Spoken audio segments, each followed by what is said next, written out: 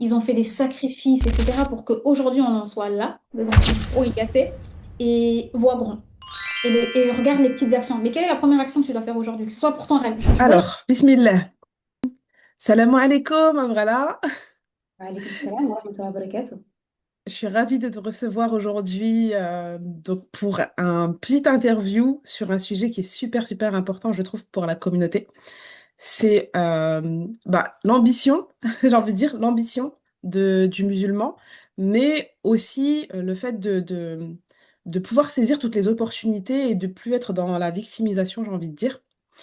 Et du coup, je pense que ce sujet-là, il va être super, super, super intéressant avec toi, Inch'Allah. Donc avant ça, rapidement, je vais juste te demander de te présenter, me dire un petit peu qui tu es et ce que tu fais. Ok.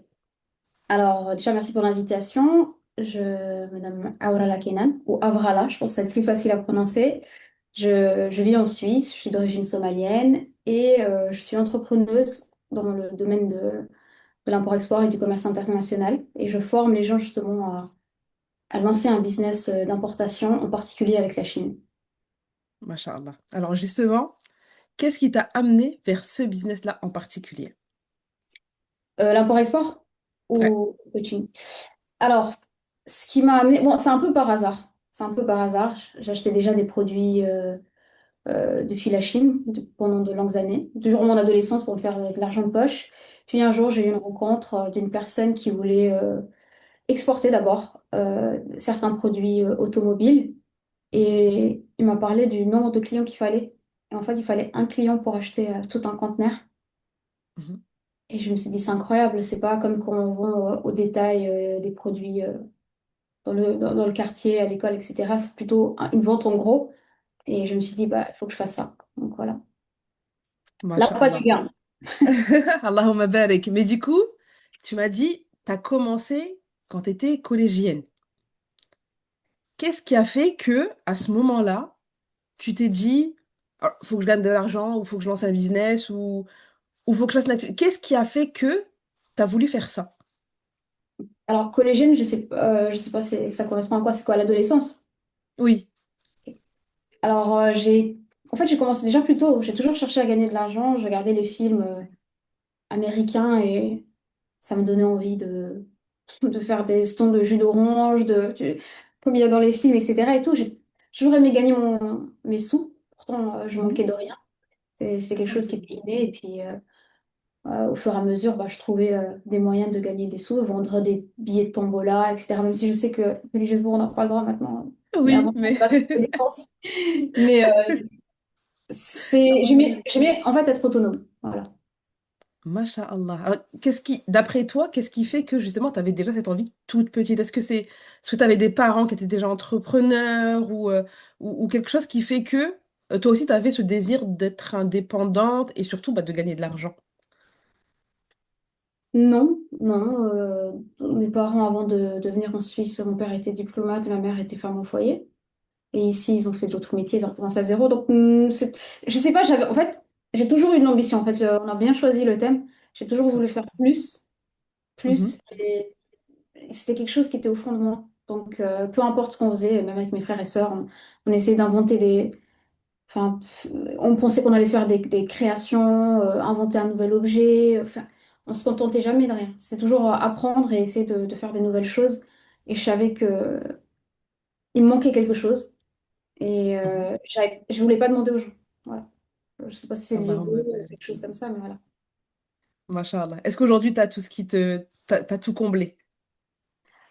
On veut toujours plus, mais alhamdoulilah. C'est pas une- L'argent ne me drive plus, parce que pendant longtemps, ça me drivait. Mais on sait qu'on peut toujours faire plus. Donc voilà. Masha'Allah, exactement. C'est vrai, c'est vrai. Alors du coup, vu que tu fais ça depuis toute petite, tu m'as dit, tu regardais des films, des séries qui t'inspiraient, qui te donnaient envie toi aussi de faire des petits stands de buvettes, etc. C'était quoi tes modèles, j'ai envie de dire, quand tu étais petite? Et vu l'évolution, tu as dit, voilà, j'ai fait des trucs, bon, je savais pas que c'était haram, etc. Et aujourd'hui, c'est quoi tes modèles? Alors, mes modèles. Bon, avant, je voulais juste faire des sous pour m'acheter des nouvelles choses, etc. Et maintenant, mes modèles, c'est plus. Je regarde le modèle. le modèle prophétique, les gens à l'époque du prophète sallallahu alayhi wa sallam, les musulmans autour de moi, ou ceux que je vois sur Internet, etc., qui aiment faire de l'argent, mais ils n'ont pas l'argent dans le cœur. Je ne sais pas comment expliquer. C'est plus un Mhm. moyen, un véhicule Oui. pour l'au-delà. Et j'ai plutôt, Allah barik. j'espère, pris cette voie, on va dire ça. Donc, Alhamdulillah. c'est plus les mêmes modèles. Donc, oui, avant, c'était les États-Unis, la hustle culture. J'ai encore, je pense, les tableaux de base qui sont ici que je dois modifier. Mais, mais en gros, Ils la sont pas hustle mal. culture, ouais, ils sont pas mal, mais je suis censée les changer depuis 2 ans, mais on trouvera des belles phrases à mettre. Mais en gros, les modèles que j'avais avant, voilà, on va dire par exemple des Elon Musk ou des choses comme ça. Et je trouve que ça n'a pas de sens en fait. J'ai l'impression que c'est Non, cumulé pour cumuler. Et oui. alors que les musulmans que je vois, surtout dans les podcasts américains, qui sont incroyables, ou enfin anglophones, Mhm. tu vois qu'ils ont de l'argent, ils font des belles choses pour la communauté, ils ont un pourquoi qui est fort, et ils se limitent pas dans les ambitions. Parce qu'il y a aussi Mhm. ça. À un certain moment, quand on est dans la religion, enfin dans la religion, on essaye de s'améliorer religieusement, bah, on a Mhm. l'impression que l'argent, c'est sale. Et ça, c'est quelque chose de difficile à enlever, selon son éducation. Effectivement. Ouais, c'est ça. Alors que pas du tout, en fait. Bien au contraire. Et comme tu l'as dit, l'argent, c'est qu'un véhicule finalement. C'est vraiment qu'un véhicule. Mais voilà, ma balek, machallah, vraiment, quand j'y pense, moi, petite, je crois, toute petite, je crois que mes modèles, c'était les princesses Disney. Je crois limite, j'ai rêvé d'être une princesse. Ouais. Et après, c'était genre, quand j'étais ado, on va dire, c'était genre Rachel dans Friends. Tu sais, la nana, à la fois vulnérable et en même temps indépendante, forte. Tu vois, c'était un peu ça mon truc avant d'être. Bon, aujourd'hui, alhamdoulilah, voilà, bah, comme tu as dit, les sahabiyat, Khawla, Saouda, Khadija, radiallahu anhuma. Mais quand j'étais petite, j'avais pas du tout ce délire voilà, de vouloir aller chercher plus. Ou d'avoir plus ou de trucs. C'était vraiment ouais, typiquement, tu sais, la future femme au foyer, quoi. Vraiment la princesse Disney. D'avant, hein, parce qu'aujourd'hui, ça a beaucoup changé, mais machallah, c'est intéressant de voir la différence, subhanallah, et vraiment, c'est incroyable parce que tu as baigné dedans sans vraiment avoir baigné dedans, finalement. Ou alors, est-ce que c'est pas le métier de ton père en tant que diplomate, peut-être quand tu étais petite? Même pas? Non, je me rendais même pas compte qu'il était. J'ai compris à la Allahumma barik. question. Mais par contre, je veux te dire une chose. Bah, après, je sais pas si c'est un interview où je peux te poser des questions. Ou, Oui, bien sûr. mais en gros, je vais te dire quelque chose. En lisant ton Oh, livre, il y avait une partie, bon, je ne vais pas spoiler, mais justement ce que tu viens de dire, tes rêves quand tu étais enfant, bah, tu jouais aux poupées, être maman, etc. C'était ton rêve. Et tu m'as fait un ouais. déclic. Parce que j'ai posé la question autour de moi. Parce qu'en plus, je pense que tu avais mis, comme beaucoup de petites filles, c'était leur rêve. Oui. Et j'ai demandé autour de moi. Je pense que presque, je crois qu'elles m'ont toutes dit, ou presque toutes dit, que c'était leur rêve. Et je me suis rendu compte que c'était pas mon cas. Oui, C'était pas mon c'est cas. ça, Et je c'est je pour savais pas ça. que c'était une normalité. Ah oui, si, c'est une normalité. Alors, est-ce que c'est la télé qui a fait que? Est-ce que c'est les codes de l'époque, de la société qui ont fait que aussi? Tu sais, la petite fille qui joue aux poupées, qui joue à la dinette, etc. Donc, finalement, entre guillemets, t'as ça qui s'inculque consciemment ou inconsciemment. Est-ce que c'est culturel aussi, Allah et alam, mais effectivement, ouais, et je le vois moi avec mes clientes, c'est majoritairement, vraiment, c'est à la base, c'est pas ça, puis c'est une fois que tu grandis que tu commences à avoir de l'ambition, que tu commences à te chercher en fait et à dire non, en fait, moi j'ai pas envie d'être ça, en fait, j'aspire à ça, moi j'ai envie de ça, etc. Et où là tu dis bah non, je sors de la case où on m'a mise pour aller chercher ce que moi j'ai envie. Mais effectivement, ouais, c'est Vraiment, c'est l'inverse.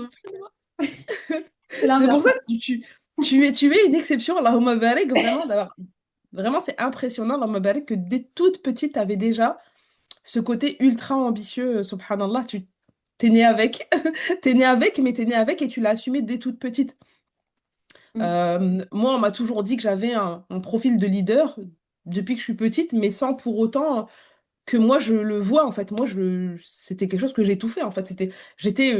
Quand tu me demandes comment j'étais moi quand j'étais petite, je vais te dire, j'étais super timide, j'étais réservée, je restais dans mon coin, je parlais le moins possible. Alors par contre, quand il y avait une injustice, j'étais là et puis je me dressais pour non mais non, c'est pas comme ça, machin, etc. Mais sinon, j'étais la nana super discrète qui restait dans son coin et qui s'affirmait absolument pas. Genre, donc il y a un gap quand je vois la Fatima petite et la Fatima d'aujourd'hui, il y a un gap. Mais après, on dit que justement, on se construit avec bah, tout ce qui nous tout ce qu'on vit, en fait, notre vécu fait la personne qu'on est aujourd'hui. Et subhanallah, non, toi, ça a été très, très, très, très vite, mashallah. Allahumma barik. Ouais. Ouais. Ouais. Du coup, ouais, non, en général, l'entrepreneuriat, c'est quelque chose qu'on connaît pas. Enfin, moi, perso, l'entrepreneuriat, c'était quelque chose que je connaissais pas. Ouais. Et quand j'ai connu l'entrepreneuriat, pour moi, au début, c'était quelque chose qui était inaccessible. Genre, non, c'est réservé aux gens qui ont beaucoup d'argent à investir, c'est réservé aux gens qui ont fait une école de commerce, etc. Donc, pour moi, c'était vraiment le truc, c'était pas possible. Et du coup, je m'imaginais pas du tout entrepreneur. Je m'imaginais mère au foyer, salarié même pas. Je me disais, ouais, peut-être je travaillerai tant que j'ai pas d'enfant. Tu sais, Ouais. le cliché. Mais entrepreneur, pas du tout. Mais alors, pas du tout. Ok. Donc, subhanallah. Et du coup, ça a été quoi la réaction de tes parents quand tu as commencé du coup à vouloir vendre des trucs, à gagner de l'argent? Parce que tes frères et sœurs aussi étaient dans le même mood que toi finalement. C'est Euh, toi qui les entraînais. ouais, c'est quand même des gens ambitieux, mais l'entrepreneuriat, c'est plus de mon côté. Euh, Mhm. mais on se poussait en tout cas à aller chercher toujours plus. C'est vrai que Ah, j'avais Barak. plus ce côté-là. Alors, mes parents, quand j'ai commencé à vendre des choses, bah, ils trouvaient déjà ça bizarre. Donc, déjà, j'avais commencé au début, quand les gens ils ont commencé à avoir des ordinateurs à la maison et que Mhm. j'avais gagné mes premiers sous, etc., en cherchant des choses, des produits à acheter et tout. C'était pas l'e-commerce Mhm. qu'on fait aujourd'hui. Oui, oui, oui. Donc, ils trouvaient un peu ça bizarre. Mais ils espéraient quand même que je fasse des études. Donc, première personne de la famille qui va pas à l'université, c'est très bizarre, très important pour eux. Mais je Ok. les fais comprendre que j'étudie toujours, que j'aime apprendre. Mhm. Et voilà, donc ça n'a pas été facile. Mais en tout cas, ma mère m'a toujours encouragée dans tout ce que je faisais. Et je pense que c'était quand même un moteur. Donc voilà. Ouais, mashallah, la mabarak. Alors du coup, études ou pas études? Est-ce que tu as quand même suivi les conseils ou pas? Bon, je pense qu'à un moment, alors, je me suis lancée dans l'entrepreneuriat. À un moment, j'ai voulu faire des études pour faire plaisir à la personne la plus importante de ma vie. La Parce que c'était quand même mabarak. important pour elle. Et je me suis dit, bon, vas-y, Mhm. ton business, il tourne un peu. Tu peux faire un Tu peux diplôme. te Si c'est permettre? la seule chose si c'est ça qui lui fait plaisir alors que tu as tout donné, tu peux. Après, je me suis lancée. J'ai eu des soucis de santé, j'ai dû arrêter. Alhamdulillah. Mais peut-être que je reprendrai un jour, on sait jamais. Donc voilà. Inch'Allah. Masha'Allah. Et toi, ça a C'est été top. quoi la transition de ton côté pour te lancer dans l'entrepreneuriat? Alors, moi, le déclic, ça a été mes enfants. Ouais. Vraiment, le déclic. Donc, c'est pour ça, moi, c'est vraiment, ça arrivé, on va dire tard, entre guillemets. Donc, je devais avoir 23, 24 ans. Et du coup, bah, moi, dans mon optique, c'était vraiment, j'ai des enfants, je reste à la maison. Donc, c'était vraiment, j'avais arrêté, je travaillais plus, etc. Je m'occupais de mes enfants, donc j'en avais deux à l'époque. Et subhanallah, bah, on avait acheté un bien immobilier et il s'est avéré qu'il y avait beaucoup plus de travaux que ce qui était prévu initialement. Donc ça n'avançait pas. Et nous, on a toujours adoré voyager, etc. Et ça nous a freinés, clairement. Et moi, ça m'a frustrée. Ouais. Et du coup, en fait, je me suis dit, non, il faut que je travaille. Mais en fait, c'était plus pour aider mon mari à avancer plus vite dans les travaux. Mm. Donc, je suis repartie travailler. Du coup, forcément, ben, le cliché et puis le mécanisme automatique du métro boulot dodo, bah, maman, donc enfant à la crèche, à la garderie, et puis ensuite chez la nounou parce que c'était pas ouf la crèche. Et, et donc mes enfants au début, bah, forcément, ils ont subi entre guillemets le truc. Sauf que j'ai mon aîné qui, au fur et à mesure, n'acceptait pas du tout. Donc progressivement, voilà, il me boudait de temps en temps, il était en colère, il me disait oui, de toute façon, je préfère la nounou que toi. Tu sais, les trucs qui piquent, ou toi, en tant que maman, tu dis, tu vois. Et déjà, Ouais. j'étais pas bien parce que bah, forcément, dans mon travail, déjà, je pouvais pas me garder mon hijab. Donc déjà, je l'enlevais quand j'arrivais au boulot. Quand je priais, c'était compliqué. Donc je priais dans la salle de pause. Alors, on avait une salle de pause où je pouvais prier.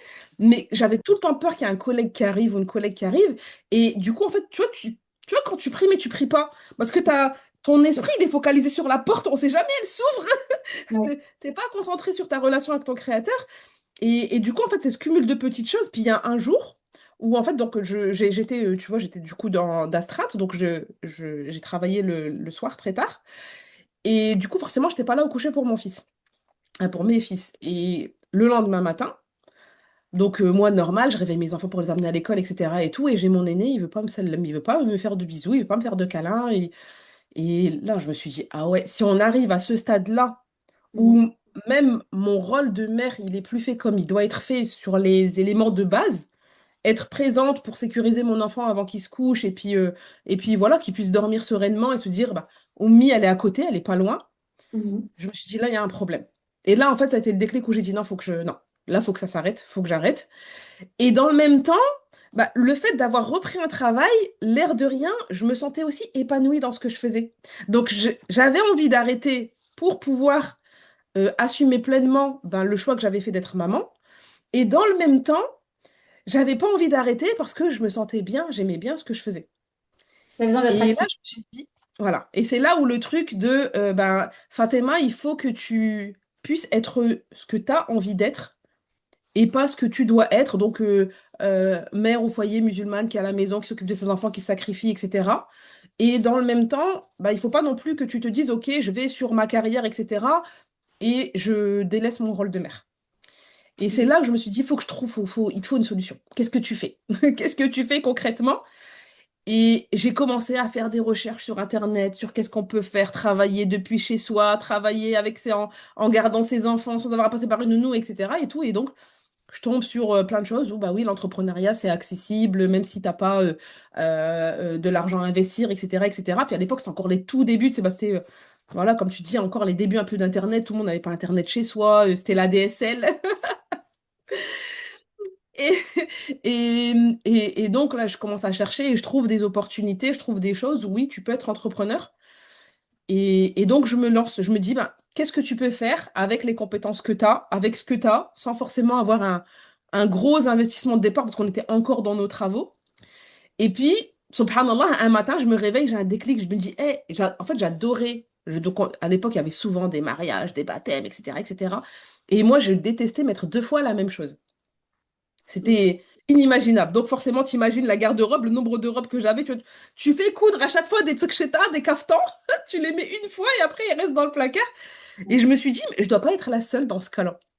Mhm. Et donc j'ai commencé à questionner autour de moi, etc. Et puis effectivement, il y a plein de gens qui disaient, bah oui, non, moi aussi, j'aime pas porter deux fois la même chose, mais bah, financièrement, c'est pas possible de toujours acheter.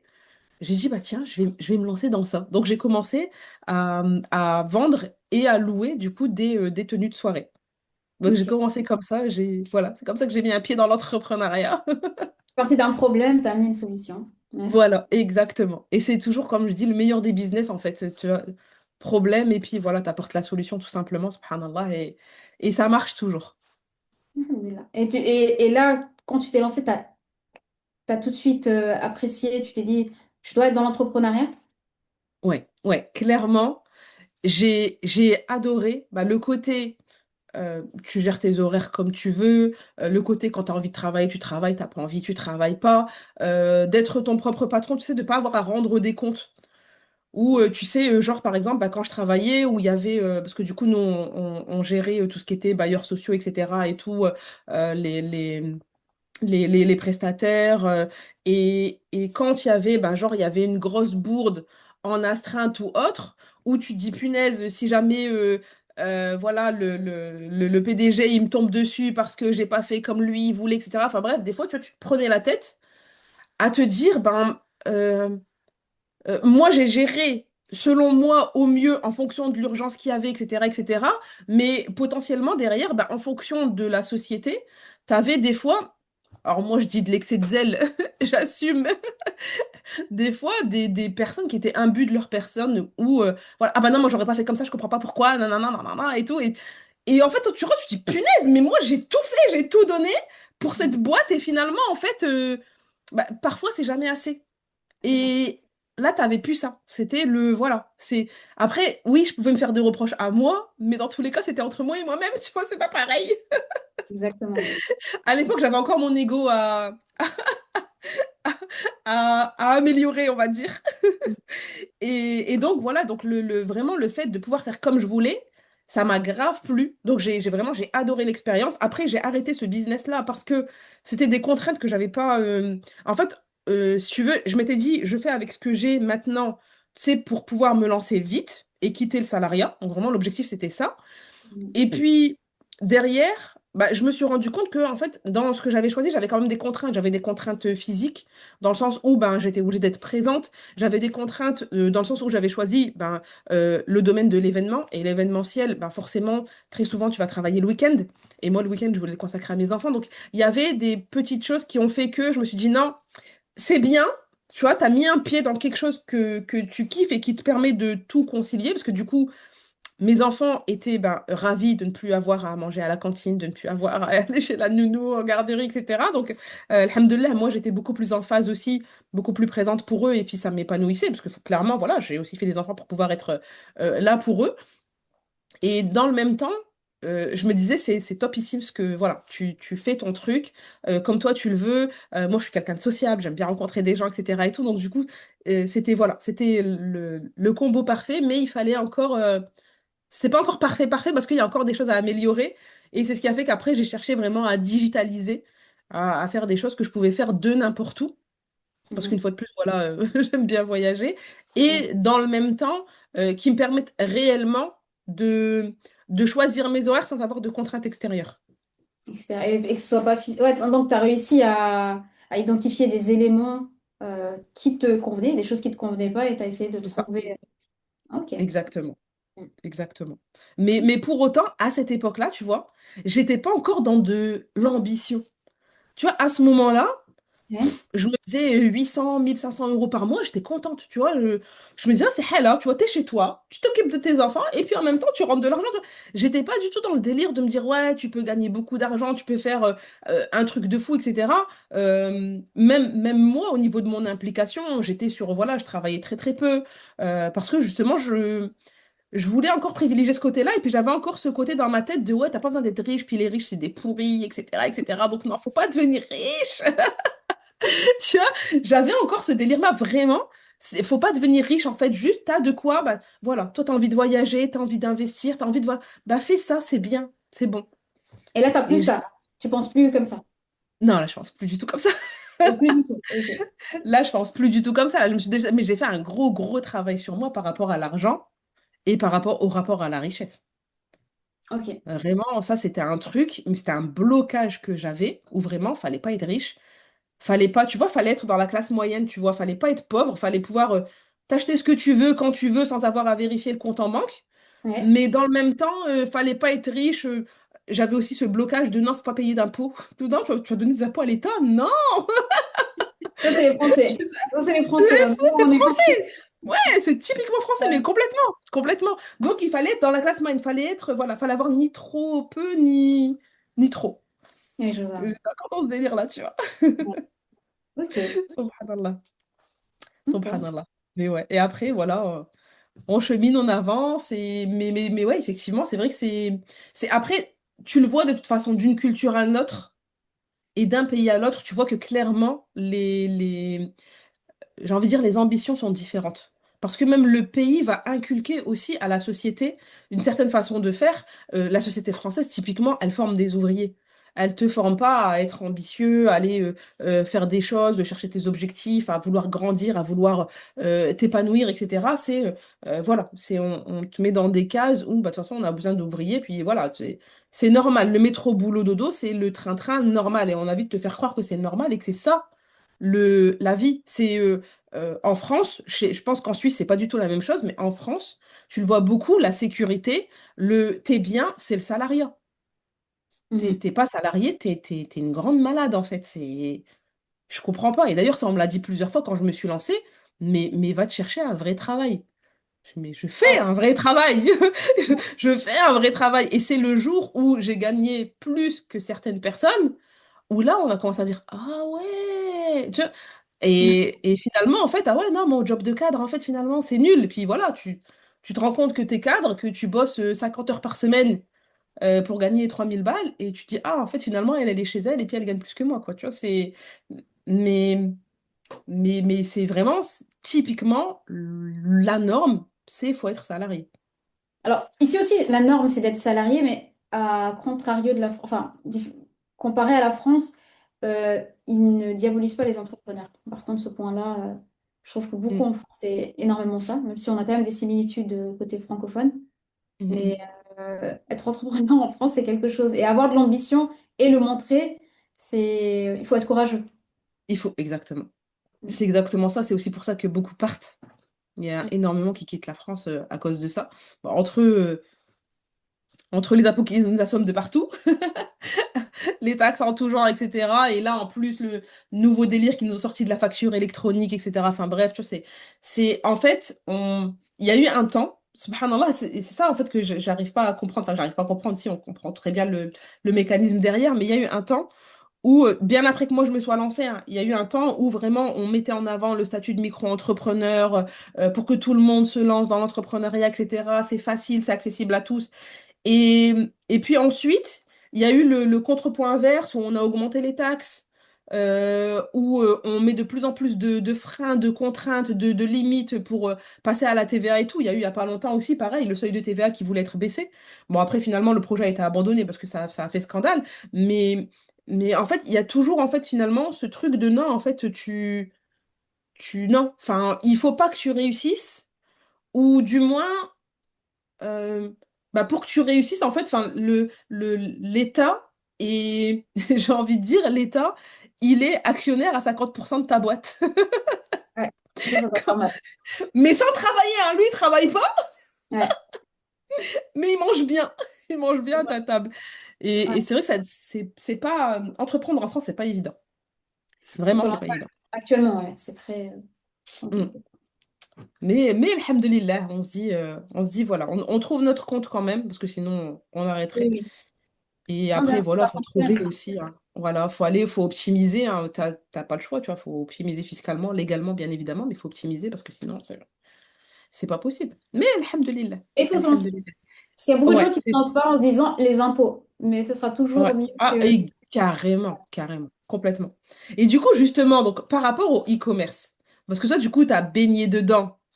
Toute petite, tu t'es dit, je fais du commerce. Oui. Aujourd'hui, tu es toujours dedans, finalement. Est-ce que toi, tu te dis, ouais, c'est exactement ma place? Ou est-ce qu'il y a eu des moments où tu t'es dit, non, je vais faire autre chose, etc. Parce que du coup, là, tu fais aussi du coaching. Maintenant, tu accompagnes aussi les entrepreneurs à lancer leur activité dans l'import-export. Est-ce que du coup, c'est parce que tu as eu envie de plus?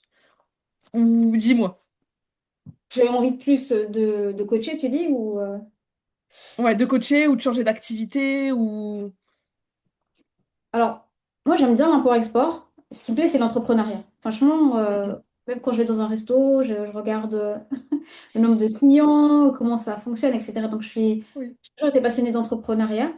Et le fait de, comment on dit, je me suis lancée quand même dans l'import-export. Et depuis le début, je coach quand même les gens. Enfin, coach. Enfin, je me rendais pas Oui. compte de Ouais. l'activité, mais Mhm. quand on posait des questions, on posait beaucoup de Toujours. questions parce que bah, c'est beaucoup plus rare, hein, les gens qui faisaient l'entrepreneuriat. Et la plupart des gens pensaient que c'était des héritiers de grands groupes ou des choses comme ça. Ouais. Mhm. Les questions est venues au fur et à mesure, et puis moi, je donnais des conseils. Et après, on me disait, j'ai une amie qui aimerait faire ça, j'ai un cousin qui aimerait faire ça. Et je faisais ça depuis mes débuts, en fait, sans me rendre compte que je faisais ça, en fait. Machallah. Ouais, Mhm. je prenais des dizaines de personnes par année, et c'est venu au fur et à mesure. Et j'avais l'envie de transmettre, mais je ne me rendais pas compte qu'on pouvait aussi, ça pouvait être un métier à part entière. À part entière. Mhm. Donc, c'est un peu ça. Enfin, je sais pas si j'ai trop répondu à la question, je me suis un peu épargnée. Subhanallah. Ouais, ouais, non, bah du coup, t'es vachement épanoui. Après, c'est ouais, ça, c'est l'entrepreneuriat, globalement, qui t'anime. Mais t'es bien, de toute façon, à partir du moment où t'as pas eu cette envie de te dire non, j'ai envie de changer, je veux faire autre chose, je veux découvrir autre chose, c'est que finalement, c'est que tu te sens très très bien dans ce que tu fais. Oui, non, en fait, j'ai rien contre le salariat. Après, mon tout premier stage m'a montré que je pourrais pas être toute ma vie dans le salariat. Salarié. Mhm. J'ai eu des boulots où j'ai vraiment aimé, énormément aimé, etc. Alhamdoulilah. Mais j'aimais pas qu'on me donne des ordres. J'aime toujours pas qu'on me donne des ordres. J'aime pas les limites. Ce qui me change dans le salariat, c'est d'être Mhm. limité. Surtout le travail de bureau, des fois, tu as le rush, tu as énormément de boulot et des fois, tu n'en as pas beaucoup. Tu dis, on devrait faire ça, on devrait ça, on devrait faire ci, et on te dit que non. Et moi, je peux pas avoir de limites. Et je me dis, mais on fait toujours les mêmes choses, on peut changer le système, on peut faire ça. Et ça me frustrait. Et ça, c'est Mhm. pas. ça me convenait pas d'être limitée en fait. Sky is the limit pour moi. Et c'est pour ça que j'ai choisi l'entrepreneuriat. Ça veut pas dire que... Il y a peut-être des boulots, il y a des boulots où tu es intrapreneur, tu es un peu indépendant, etc. Peut-être que ça m'aurait convenu. Mais non, j'ai besoin de plus. J'ai besoin de toujours faire Ouais. plus. Mm. Euh, Mais même dans ça, tu sais que tu peux avoir des contrats, tu sais, justement, pendant que je t'écoutais, ça me fait penser, j'ai été freelance. Du coup, j'ai été freelance en tant que customer care, etc.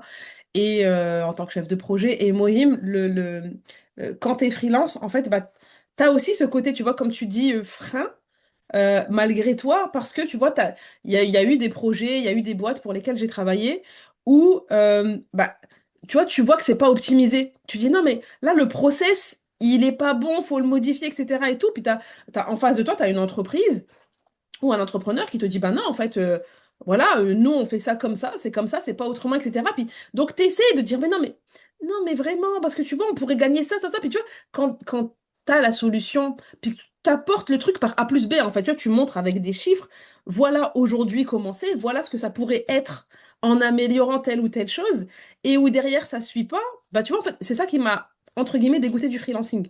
Où je me suis dit, en fait, non, toi, tu sais que tu pourrais faire mieux. Alors, en soi, la boîte, c'est pas la tienne finalement. Mais quand tu vois que tu peux gagner du temps ou que tu peux optimiser des choses, mais qu'on te permet pas de le faire, ben, tu dis non, en fait. Tu vois, et pourtant, c'est pas de l'entrepreneuriat, c'est pas du salariat. Mais tu peux avoir quand même des contraintes. Je trouve que dans le freelancing, après, on n'aime pas. Ça dépend aussi de quelle activité on fait en tant que freelance, etc. Il y a vraiment, il y a beaucoup de domaines. Mais tu as quand même, j'ai envie de dire, cette contrainte du client mais et des fois, c'est pas. Ouais, des fois, ça va pas dans ton sens de sky is the limit, tu vois. que tu passes 8 heures, 9 heures, 10 heures par jour sur quelque chose où tu sais que tu peux faire beaucoup mieux C'est ça. et on te dit, bah non, reste à ta place. Ça, c'est toujours fait comme ça. Et je peux pas entendre ça en fait. Donc l'entrepreneuriat, c'est pour ça que ça me convient. Peut-être que ça convient Ouais. pas à d'autres. Mais non, je pense que ça devrait convenir à tout le monde. Mais voilà, j'ai du mal à concevoir qu'on aime dans certains métiers. Ah, Hein. C'est pas tous les c'est métiers. grave intéressant ce que tu dis. Ouais. Ouais, c'est grave intéressant ce que tu dis. Bah justement, en fait, oui, aujourd'hui surtout, enfin depuis quelques années, mais l'entrepreneuriat, il est ouvert à tout le monde. Tout le monde peut se lancer, tout le monde peut être entrepreneur du jour au lendemain. Et on a tous des compétences à monétiser. C'est clair, net et précis. Mais du coup, tu dis tout le monde peut réussir et toi, voilà, tu penses que ça peut plaire à tout le monde. Mais finalement, il y a des gens qui vont se lancer dans l'entrepreneuriat qui finalement ne vont pas aimer, qui vont retourner dans le salariat. Et il y a des gens qui vont se lancer dans l'entrepreneuriat qui n'étaient pas salariés forcément avant et qui finalement vont abandonner en se disant c'est pas pour moi. Parce que justement, l'entrepreneuriat, il y a des exigences. Après, je pense que toi, c'est tellement inné chez toi que tu t'en rends pas compte. Mais selon toi, tu vois, il faut quoi pour être entrepreneur? De l'ambition? En fait, il faut déjà savoir pourquoi tu fais ça. En fait, pourquoi je dis Ouais, que ça conviendrait pour beaucoup de gens. Peut-être j'ai un peu exagéré, mais je pense pour la majorité des métiers, ça conviendrait parce qu'avant, les gens, ils ne travaillent pas pour une société, ils travaillent pour eux-mêmes. exactement. Ils appellent lurette. C'est Mhm, plutôt dans ce sens-là que je dis. Mais ce qu'il faudrait, bah déjà, il faut savoir pourquoi tu fais ça. Tes horaires de prière, ton temps avec ta famille, euh, on va dire bah, ton temps pour toi-même, etc. et tout. La flexibilité géographique ou temporelle ou peu importe. Tant que tu sais que c'est ça que tu as besoin et que tu ne le trouves pas dans le salariat, mhm. moi, c'est un moteur qui devrait te faire bouger. Exact. En fait. Ouais. Parce qu'un jour, tu regretteras. Et c'est ce que je vois souvent. Oui, il y a des gens qui se lancent dans l'entrepreneuriat, ils arrêtent. Et après, ils recommencent. Et en tout cas, j'ai vu des gens qui ont changé d'avis plusieurs fois. Et aujourd'hui, alhamdoulilah, ils sont dans l'entrepreneuriat et ça fonctionne. Parce qu'ils se sont rendus compte que non, non, Voilà, c'est ça. En fait, ça durerait il y a pas. tous les profils. Ouais. Je pense qu'il y a vraiment des personnes où vraiment l'entrepreneuriat, c'est pas pour eux. Ouais. Je pense typiquement aux profils qui, justement, ont toujours besoin de validation, mais qui ne travaillent pas sur ce côté-là. Mhm. Et où, du coup, ben, en fait, enfin, typiquement, tu vois, les personnes que je vois qui retournent dans le salariat, c'est ça, en fait. C'est non, moi, je veux un cadre, hop, je sais ce que j'ai à faire, j'arrive, je fais mes tâches, tac, tac, tac, je rentre chez moi, je pense à autre chose. Tu sais, les gens typiquement qui veulent pas avoir des responsabilités, parce que avoir une entreprise, c'est avoir de grandes responsabilités, l'air de rien, parce que du coup, il faut gérer ton business. Et puis, ben, si tu te disciplines pas, toi, à avancer dedans, tu vas pas avancer. Il y a des personnes, typiquement, elles vont préférer le salariat parce que, ouais, certes, bah, Je vais au boulot à reculons parce que bah voilà, aujourd'hui, ce matin, flemme, j'ai pas envie, mais j'ai pas le choix. Parce que Mhm. voilà, bah, si j'arrive pas, je vais devoir justifier de mon absence. Si j'arrive pas, je serai pas payée, etc., etc. Alors que de eux-mêmes, bah, ils vont procrastiner, procrastiner, procrastiner, et bah, finalement, bah, forcément, ouais, l'argent, il rentre pas, ou alors tu finis par abandonner parce que t'as pas envie de faire les tâches. Donc, il y a des personnes comme ça où, tu vois, typiquement, t'as pas l'organisation, t'as pas la discipline, t'as pas ce côté leadership, en fait, j'ai envie de dire un petit peu. Ouais. Bah de même qu'avant, tu vois, effectivement, ouais, chacun créait son propre emploi, mais tu avais quand même des employés. Et tu avais des personnes qui, bah, typiquement, jamais elles vont se dire, je vais aller créer mon emploi, et elles vont se dire, non, non, moi, je vais travailler chez un tel, hop, j'ai mon argent à la fin de la journée, et puis je rentre chez moi et je suis bien. Je pense qu'il y a ces profils-là. Mais après, non, j'allais dire une bêtise, parce qu'en fait, en vrai de vrai, chacun fait comme il veut. Et, J'allais dire, je comprends pas. Mais en vrai, de vrai, chacun a un profil. En fait, on a des personnalités qui sont différentes.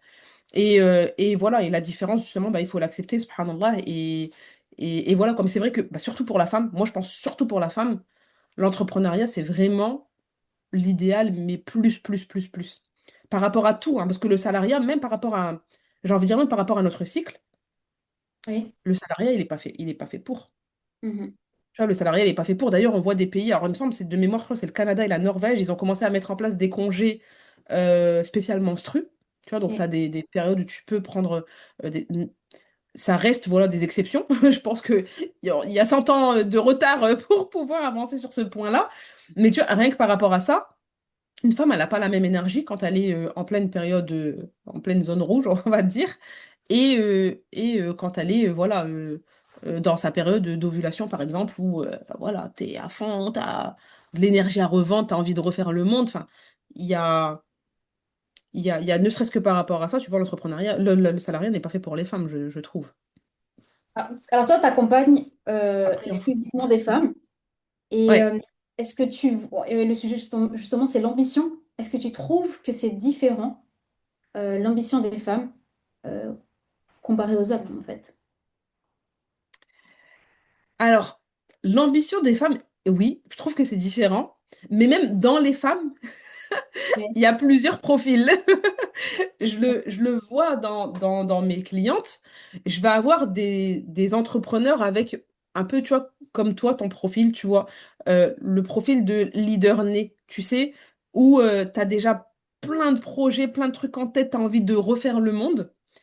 Et tu as l'entrepreneur voilà, qui s'est lancé un peu comme mon profil à moi quand je me suis lancée, où voilà, juste je mets du beurre dans les épinards et puis c'est top, quoi. On peut faire plus de voyages, ou alors d'habitude on voyageait pas, là on va voyager, ou faire de meilleurs voyages. Je peux acheter ce que je veux quand je veux, mais pas spécifiquement l'ambition de se dire, en fait j'ai un potentiel de dingue, Allah il m'a mis un potentiel de dingue et puis je vais l'exploiter au max.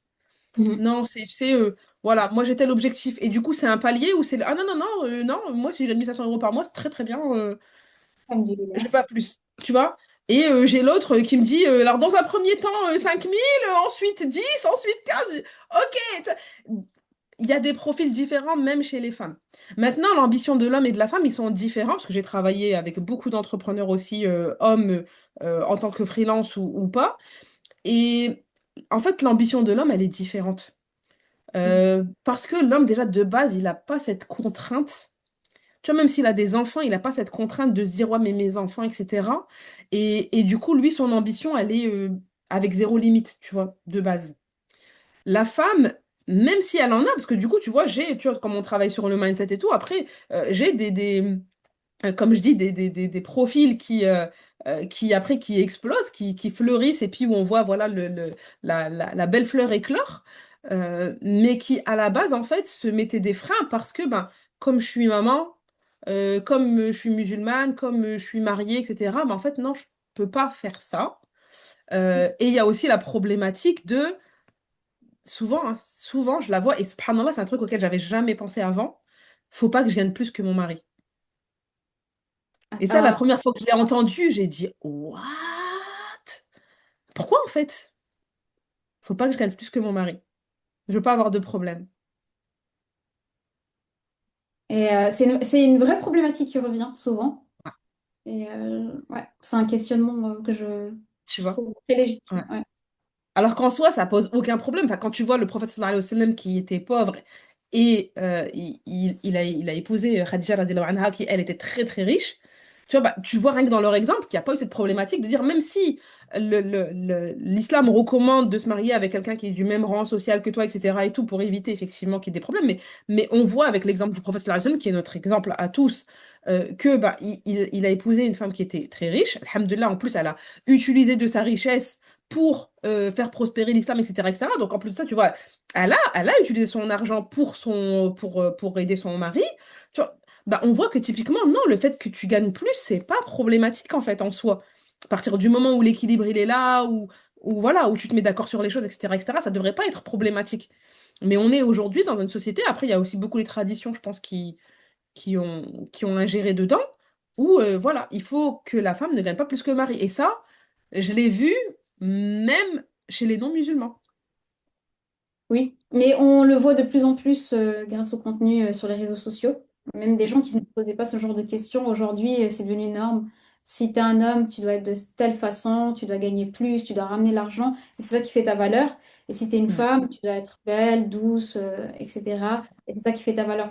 Donc, le contenu qu'on regarde aussi nous influence. Donc, exactement, exactement.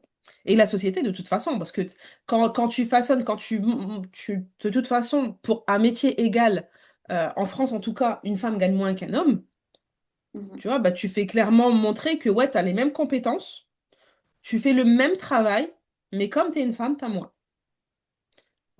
Tu vois, non. En fait, tout fait que, tu vois, il y a la société, il y a plein de choses, mais même la société fait que. Oui, Tu vois, tu vois ce côté, voilà, où une femme qui est carriériste, bah, nécessairement, en fait, elle va devoir faire des sacrifices, elle va avoir moins d'enfants ou pas d'enfants, ou pas se marier, etc., etc. Et en fait, bah, c'est la société qui l'inculque, en fait. En fait, en gros, tu dois choisir. Soit t'es ça, soit t'es ça. bah, il y a ça. Ça te limite dans tes ambitions. Bah, il y a ce Mm. côté-là, dynamique homme-femme, qui fait que quand tu es une femme, tu ne t'oses moins, en tout cas, montrer ou tu es obligé d'un peu diminuer tes ambitions, en tout cas, ce que tu racontes, ou même cacher tes gains. Et il y a Mhm. aussi le côté religieux. Moi, c'est ça qui m'a le plus impacté Mm. euh, sur Subhanallah. l'argent, on va dire ça. Tu as peur de. Tu vois l'argent comme quelque chose de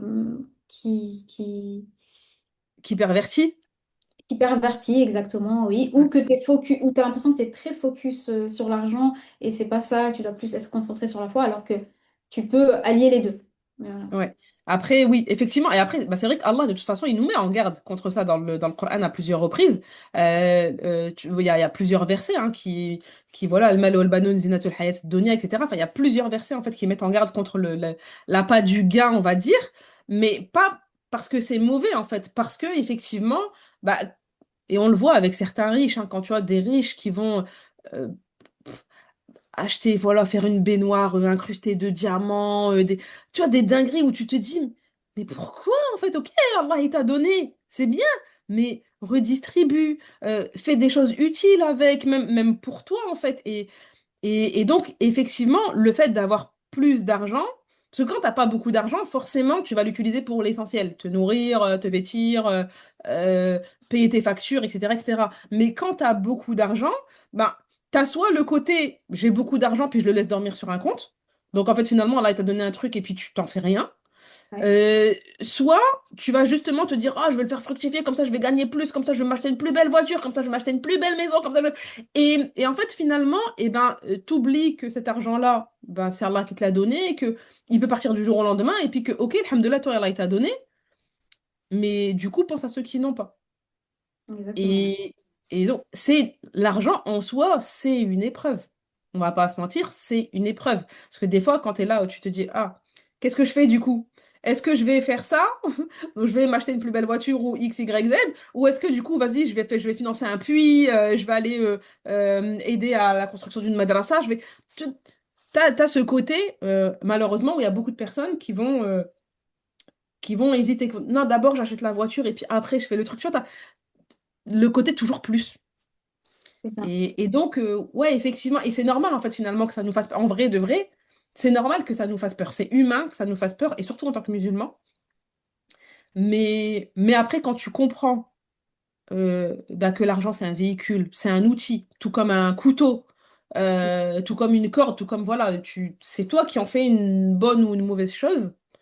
Alhamdulillah, voilà, tu le vis bien. Mais effectivement, il y a un travail à faire dessus concrètement parce que on a été éduqué, enfin en tout cas pour ma part, moi je le vois aussi auprès de mes clientes, on a été éduqué à bah, l'argent ça se gagne difficilement, l'argent faut pas le dépenser, voilà, il faut avoir de l'argent pour être en sécurité, alors que non, c'est Allah qui met en sécurité, c'est pas l'argent.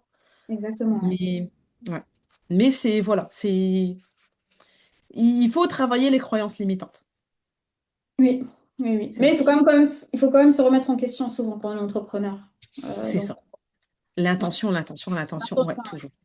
Ouais. Et ça, effectivement. Et c'est pour ça que je disais, voilà, c'est de grandes responsabilités. Et voilà, il faut, si j'ai envie de dire, il faut avoir les épaules pour. Non? Exact, ouais. Exact. Oui, d'accord. Subhanallah. Mais du coup, euh, là, tu vois, bon, du coup, toi, t'es lancé depuis que t'es bébé, hein, tu t'es lancé en couche culotte, limite. Mais si aujourd'hui, tu vois, pour les personnes qui veulent se lancer et qui se disent, ça, c'est un truc que je vois beaucoup. Tu sais, par exemple, dans les appels découvertes de certaines personnes, mais ouais, mais il y a trop de concurrence aujourd'hui. Donc aujourd'hui, c'est plus compliqué de se lancer. Vous, à l'époque, c'était facile, etc. Alors que pas du tout. Mais si aujourd'hui, tu devais tout recommencer de zéro, du coup, c'est quoi les conseils que tu donnerais? Qu'est-ce que tu ferais? Voilà. Bon, j'ai déjà dû recommencer de zéro, donc je peux dire. Ah, Euh, en fait, que ce soit mon exemple ou l'exemple des autres, dans l'entrepreneuriat, il y a des gens qui ont réussi leur premier business, mais ça, c'est très rare. Enfin, qu'ils ont réussi ou enfin, qu'ils ont pas. La majorité ont pas switché changé. par un deuxième ou un Oui. troisième, ou même Mhm. plus. Donc, Oui. il ne faut pas s'arrêter sur ça en se disant que c'est un échec. Il faut toujours se souvenir de pourquoi tu fais ça. Est-ce que tu fais ça pour tes enfants, pour aider tes parents, pour, euh, pour les gens autour de toi, pour créer de l'emploi? Ça aussi, on oublie, hein, parce qu'à force de regarder les vidéos, Mhm. on se dit juste ma poche, mais si tu crées de Ouais. l'emploi aussi. Et si tu as une Exactement. responsabilité, etc., le temps que tu peux avoir pour ta religion. En fait, il faut vraiment, moi je dirais, lister les Les raisons pour pourquoi. lesquelles, les pourquoi exactement. Ça a l'air, ça a l'air d'un Ah non, blabla de dire ça, mais c'est la chose la c'est plus importante. fondamental. Toujours se Mhm. souvenir de ça, le noter, le mettre peut-être devant ton écran parce que tu vas oublier. Il y a des jours où tu Ouais. vas être démotivé, sur ton écran ou autre. Il y a des entrepreneurs qui ne sont pas derrière l'écran. Mais Mhm. euh, tant que tu te souviens des raisons qui sont extrêmement importantes pour lesquelles tu t'es lancé, bah, même si tu as un petit, le mood il redescend, le moral il redescend, etc., tu vas dire non, mais Mhm. je peux pas arrêter. Il y a des gens Ouais. derrière moi, je peux aider des gens dans mon pays d'origine. Et moi, c'est le truc très, très important aussi que je parle parce que je pense que quand même la communauté qui te suit et la majorité qui me suit aussi, c'est des gens qui sont issus de l'immigration ou leurs parents, etc. Donc on a quand même un pays majorité, je pense. Ok, on est en Suisse, on est en France, on aime l'Europe, mais on a aussi un pays Ouais. d'origine. Et dans Ouais. notre pays d'origine, il y a aussi, comme ici, il y a des besoins, hein, mais là aussi, là-bas aussi, il y a peut-être plus C'est de ça. besoins dans certains domaines. Ça peut être Mhm. une source de motivation. Donc, il faut trouver sa source de motivation parce qu'au final, quand tu auras les objets que tu veux ou les vacances que tu veux, tu ressentiras un vide. C'est ça. Donc, bien noter, bien relire, c'est pourquoi. Ouais, exactement. Et subhanallah, tu disais justement, voilà, c'est pas un échec si voilà, ton premier business il flop ou que finalement tu as envie de changer parce que tu te sens pas épanoui, etc., etc. J'ai même envie de dire que te lance pas dans l'entrepreneuriat si t'es pas prête à accepter l'échec. En fait, l'échec, il fait partie du process. En fait, l'échec fait partie du process de la vie tout court. Mais juste, on a tendance à l'oublier et on a tellement peut-être été matrixé par les notes, etc. Il faut réussir, qu'on se dit, il faut pas que j'échoue. Mais en fait, c'est... Déjà, je crois qu'il n'y a pas un business où il n'y a pas eu d'échec, etc. Tu disais tout à l'heure, tu as dû repartir de zéro. Tu vois, il y a pas un business où il n'y a pas d'échec, de remise en question, euh, de flop. Tu vois, où tu vas faire un truc, toi, tu vas te dire, ouais, c'est une super idée, puis finalement, non, ça va pas marcher. Ou tu vas acheter un produit. Typiquement, moi j'ai fait du e-commerce aussi à un moment, et où j'ai acheté des produits en me disant, ouais, ça c'est le produit gagnant, et où finalement le truc, tu finis par le vendre à perte, parce que bah, le truc il marche pas. Et, et en fait, c'est des leçons. C'est des leçons à chaque fois sur bah, qu'est-ce qui a fait que, voilà, moi je suis partie dans ma tête, j'ai pas été sonder le marché, je suis partie me dire ouais, c'est bon, ça va marcher, etc. Et bah, qu'est-ce que j'ai mal fait en fait? Qu'est-ce que j'ai mal fait? Bah oui, c'est parce que j'ai pas sondé le marché, c'est parce que j'ai pas vérifié X, Y, Z, c'est parce que j'ai pas vérifié la rentabilité. Tu vois, et c'est toutes ces choses-là qui font que tu t'améliores et que tu optimises et que tu grandis. Et si t'es pas prête, si on n'est pas prêt à accepter l'échec, j'ai envie de dire, bah faut pas entreprendre limite. Oui, oui, ça c'est clair. Ça c'est clair. Ça en fait partie. Tu valides. Ah! Oui, oui. Parce que c'est vrai qu'on a cette mentalité où ouais, on a été habitué depuis toujours peut-être à voir si ça fonctionne pas comme un échec. Il y a beaucoup de gens qui veulent pas se lancer par peur de l'échec. Par peur de l'échec. Exactement. Et c'est vrai que Énormément. c'est ça. Mm. Mais à force de faire des coachings, tu te rends compte des difficultés des gens où tu as oublié même par quoi tu es passé et ça te Ouais, rafraîchit, et puis ça te rafraîchit la mémoire et tu te dis, ah mais donc il y a des gens c'est ça. qui te lancent pas dans leurs rêves parce qu'il y a des gens qui ont vraiment envie d'être, pas que entrepreneur, mais entrepreneur dans un domaine Mhm.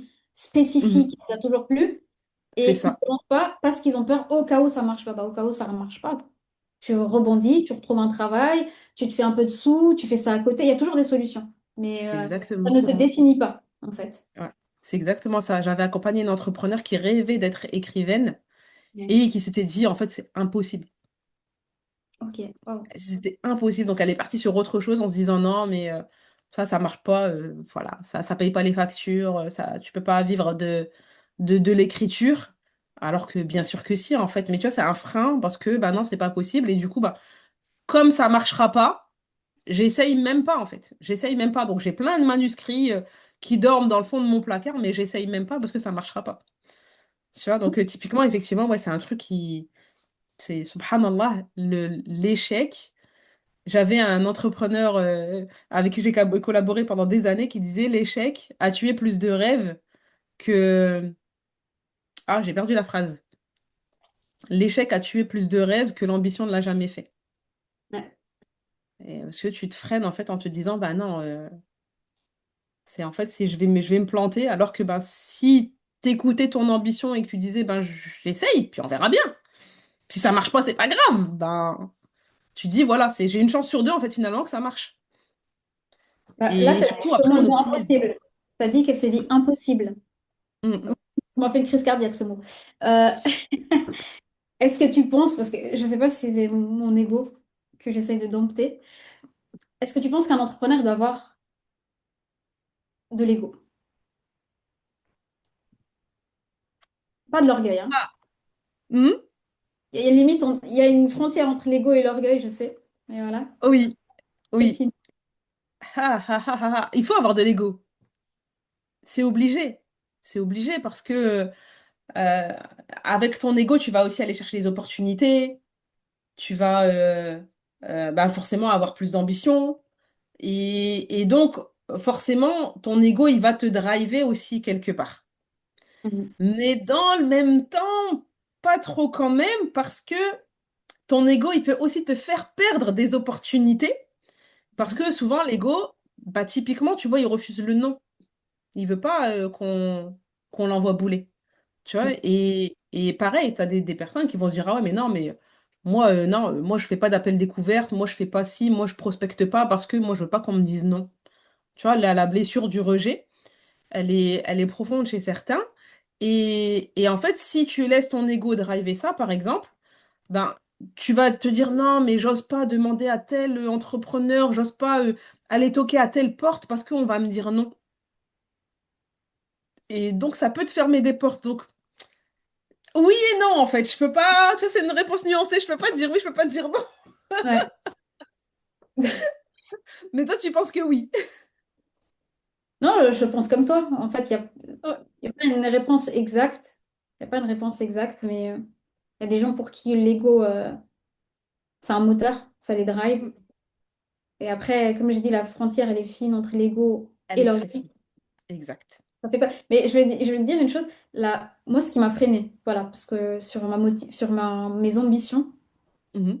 qui me freinent de temps en temps, il faut pas mentir. C'est pas parce qu'on a une caméra qu'on est différent des autres entrepreneurs, Exactement. etc. On est des êtres humains. Mm. Euh, c'est la première fois que j'ai entendu, je sais plus si c'est un hadith ou un verset du Coran, mais par rapport à l'ego, que celui qui a un atome d'orgueil, pas Mhm. l'ego, mais l'orgueil, et que celui Ouais. qui a un atome d'orgueil n'entrera pas au paradis. Mhm, mhm. Ah Un, ouais, c'est un atome, donc plus, c'est c'est infime, tu vois même c'est pas rien. l'œil nu. Et ça m'a Exactement. tellement choquée. Je me souviens, j'ai tremblé. J'ai eu Mhm. tellement peur Ouais, que je n'osais plus faire beaucoup de choses après ça. Je me suis dit, ah ouais, ouais, non, subhanallah. toi, tu vois trop loin. Est-ce que c'est de la fierté? Est-ce que c'est de l'ego? Est-ce que c'est de l'orgueil? Mhm. Est-ce que Ouais, c'est... Mais c'est quelque chose qui me reste toujours beaucoup moins qu'avant.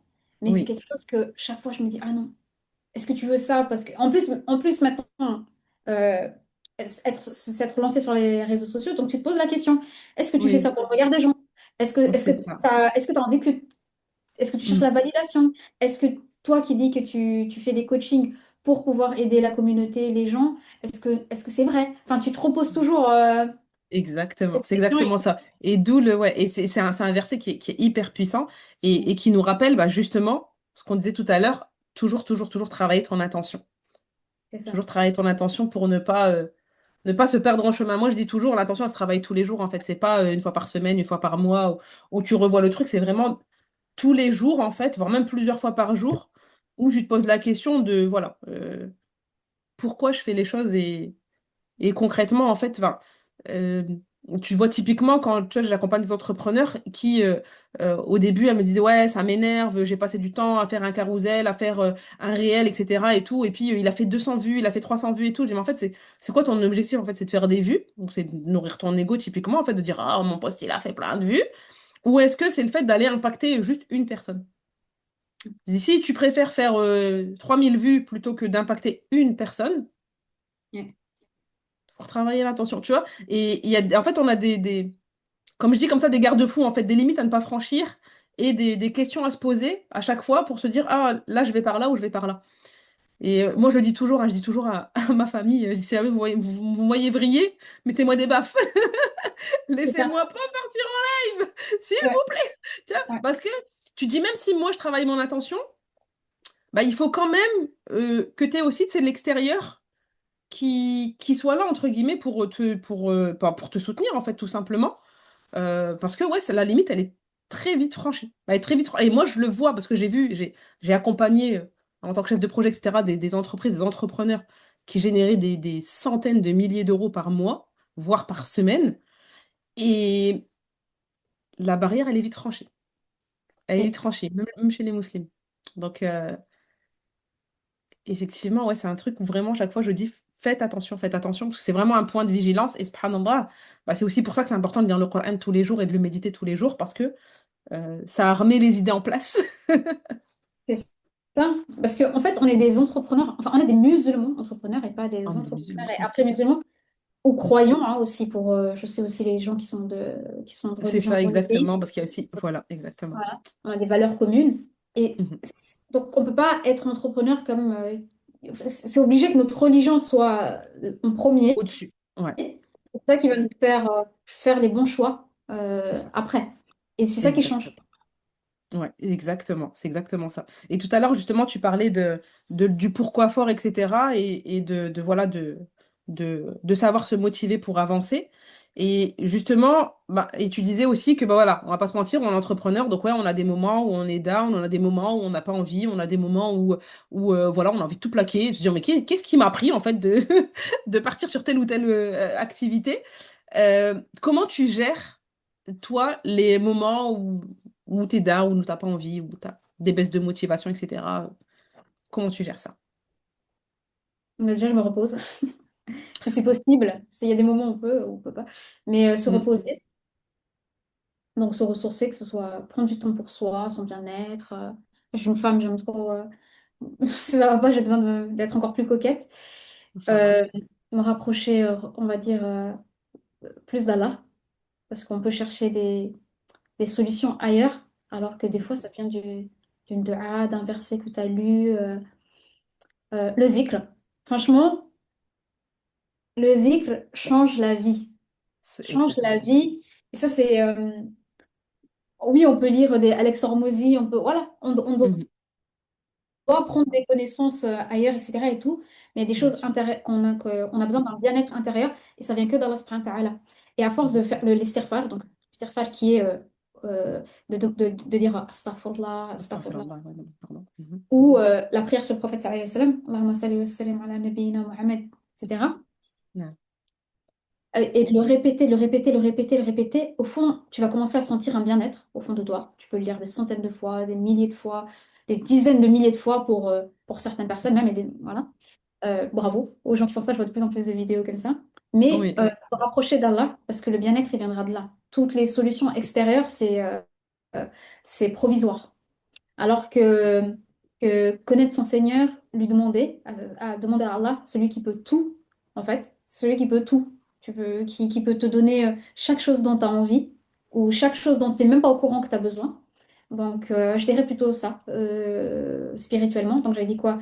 Bah, prendre du temps pour soi, se rapprocher d'Allah, et aussi être entouré de personnes, parce que l'entourage, c'est important, que ce soit ta famille, tes amis, d'autres entrepreneurs musulmans qui peuvent, tu demandes conseil à eux et ils peuvent peut-être te débloquer. Parce que des fois, tu restes avec une problématique exact. qui aurait pu être débloquée en quelques secondes. En 2 secondes. Ouais. C'est ça. Mhm. J'ai eu un exemple l'année dernière. J'ai eu un problème qui a duré des mois et des mois. Oui. Et subhanallah, une personne m'a écrit, qui est dans l'entrepreneuriat, qui est musulmane, qui m'a posé des questions où j'en étais pour quelque chose. Mhm. Et je pense qu'elle a senti que j'allais pas, que ça allait pas, qui m'a dit, bah, qui m'a proposé un appel. Et Oui. le problème, elle a été réglé en quelques jours après. Et Subhanallah. j'étais là, mais je me suis bloquée pendant des mois sur ça. Et en plus, la personne m'avait dit, mais en fait, quand tu es comme ça, il faut... Je connais pas le terme, je suis pas arabophone, mais il y avait un terme justement sur le fait de demander conseil à certaines personnes qui ont Mhm. certaines connaissances. Et, Oui. euh, et je me suis dit, mais oui, en fait. Des fois, on Ouais, oublie. mashwara. Mais c'est pour Mhm. ça que c'est très, très important d'avoir un très bon entourage. Et Ouais. surtout, si t'es Un bon réseau. entrepreneur musulman ou croyant. Donc voilà. Exactement. Complètement d'accord. Subhanallah, c'est exactement ça en fait. C'est comme tu dis, le fait de ralentir du coup. Parce que quand on est, en général, quand on est à un moment down, en général, c'est qu'il y a un truc qui va pas. Il y a un truc où on n'est plus aligné avec un truc. Et il faut trouver quoi. Et donc, effectivement, la première des choses, ouais, c'est de prendre du recul. Totalement d'accord avec toi. Et c'est vrai que l'entourage, il est capital. Parce que, bah, parfois, justement, par exemple, typiquement, je pense à des personnes qui vont me dire, tu vois, voilà, moi j'ai des moments down parce que j'arrive pas à vendre, etc., etc. Mais tu as un moment down, tu n'arrives pas à vendre et tu dis, bah vas-y, c'est bon, j'arrête, je laisse de côté. Et finalement, en fait, ben, tu vas pas vendre plus. Donc, effectivement, il faut avoir ce côté de, bah, quand c'est dû à une problématique X, Y, Z, je vais chercher la solution. Quand c'est mon corps qui me dit stop, non, mais t'en fais trop, je suis fatiguée, j'ai besoin de repos, etc., bah, faut apprendre aussi à écouter son corps. Mais très souvent, il y a une problématique. Et effectivement, comme tu l'as dit, l'entourage, c'est capital. Donc, soit voilà, soit tu as un bel entourage, soit tu le provoques, tu le crées à travers voilà, des masterminds, des networking, etc., qui permettent en fait de développer le réseau. Et totalement d'accord avec toi sur le fait d'avoir un réseau musulman. Parce que pour avoir été accompagné aussi bien par des musulmans que des non-musulmans, euh, pareil, en fait, il peut y avoir des limites qui sont vite franchies, où toi, tu vas pas forcément voir le mal, ou alors où tu vas dire, on va te dire, bah, c'est comme ça qu'il faut faire, en fait. Donc toi, tu vas dire, ok, je pense notamment au scarcity, et ça, même chez les musulmans, souvent tu le vois, tu as des scarcity qui sont l- clairement mensongers, clairement. On te dit, oh, mais on m'a dit qu'il fallait faire comme ça. Oui, mais toi, on t'a dit, mais en fait, t'as un level au-dessus, en fait, qui te dicte ce que tu peux faire, ce que tu peux pas faire, tu vois. Oui, Et, et donc, effectivement, c'est capital d'avoir un bon réseau qui va te tirer vers le haut, mais aussi qui va te ramener dans la bonne direction si tu pars dans la mauvaise. exactement. Ouais. Exactement. Mais totalement. Ah ben là, on m'a barré, c'est... Alhamdulillah. Tu vois, c'est vraiment top parce que du coup, c'est des conseils qui sont super utiles et où très souvent, bah, moi je pense notamment en tout cas à mes clientes, très souvent, c'est des mamans qui sont dans l'entrepreneuriat mais qui sont isolées et qui pensent pas du tout à ce côté réseauté et qui ont tendance à toujours penser en fait bah, je dois me débrouiller toute seule en fait. Je dois me débrouiller toute seule et du coup bah, même quand il y a un moment down comme on disait ou autre, ben elles vont rester dans leur coin finalement puis ben soit celles comme tu disais tout à l'heure qui sont drivées par l'entrepreneuriat, elles vont finir par reprendre parce qu'il leur manque un truc donc il faut qu'elles reprennent leur activité et soit bah, finalement elles y reviennent pas. Et c'est Ouais. dommage parce que des fois, tu as des profils à des potentiels, mais vraiment incroyables, qui sont gâchés à cause de ça. Ouais. Ouais. Mais, euh, mais alhamdoulilah, faut truc. Mais justement, du coup, est-ce que tu as des conseils à donner. Par exemple, je sais pas moi, des livres, des films qui t'ont impacté au niveau business, au niveau mindset, où il y a eu un shift et où tu te dis, tiens, tu vois, ça c'est des trucs, pour moi, il faut l'avoir vu, il faut l'avoir écouté ou lu pour comprendre certaines choses. Est-ce qu'il y a des bouquins, par exemple, que tu conseilles? Est-ce qu'il y a des choses qui t'ont vraiment impacté ou Je sais pas s'il y a des livres. un livre qui t'a marqué? Les livres qui m'ont marqué. En fait, les livres qui marquent, c'est les basiques. Et au bout d'un moment, quand ça fait des années que tu es dans l'entrepreneuriat, on dit que c'est nul. Mais quand tu as vraiment zéro connaissance, il y a toujours certains C'est livres les qui bases, t'ouvrent les oui. yeux. Les Mm. bases qui t'ouvrent les yeux, même si après, tu entends ou tu regardes des vidéos qui te disent que non. On connaît tous Père riche, Père pauvre. Ça a l'air vraiment. Oui. Ça a l'air de. Voilà, les gens aujourd'hui critiquent. Et moi, je trouve que pour ouvrir les yeux sur le fait d'avoir une indépendance financière, c'est un très bon livre. Ouais. L'homme Pour le un plus riche débutant, de c'est capital. Babylone. Voilà, c'est ça. Mm.